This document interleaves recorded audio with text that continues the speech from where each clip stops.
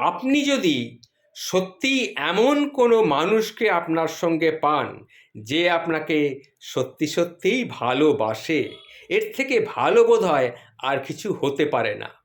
যে মানুষটাকে আপনাকে পাওয়ার তীব্র আনন্দে কেঁদে দেয়, তার চেয়ে ভালো বোধহয় পৃথিবীতে আপনাকে দ্বিতীয় কেউ বাঁচতে পারবে বলে আমার তো মনে হয় না।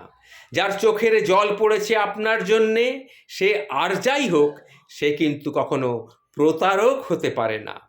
২-৪ দিন ভালোবাসতে সবাই পারে, শুধু পারে না সারা জীবন হাতটা ধরে থাকতে, সারা জীবন ভালোবাসতে। যে মানুষটা সত্যিই আপনাকে ভালোবাসবে, তার ২ দিনের ভালোবাসা ২ যুগের সমান হবে।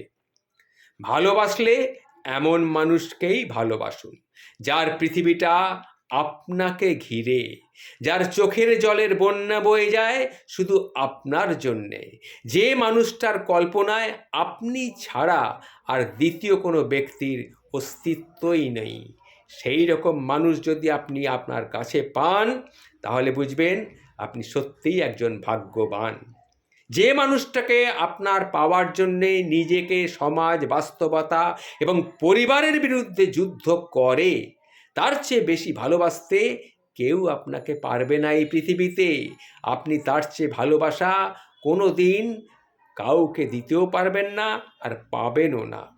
যে মানুষটা হাজারটা বাধা বিপত্তি অতিক্রম করে আপনাকে জয় করেছে, তার চোখে আপনাকে পাওয়ার আনন্দের অশ্রু তো থাকবেই।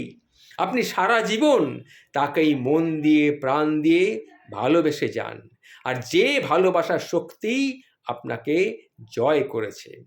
হাজার ঝগড়াঝাটির মধ্যেও দিনের শেষে মানুষটার কাছে গিয়ে আপনি ইচ্ছে করলে সব কিছু বলতে পারেন, কোনো কিছু মনের মধ্যে না রেখেই সব কিছু উজাড় করে তাকে বলতে পারেন, যাকে সব কিছু শেয়ার করে মনের মধ্যে আপনি অফুরান তৃপ্তি অনুভব করবেন, অফুরান শান্তি পাবেন, শান্তিতে আপনার মনটা ভরে যাবে।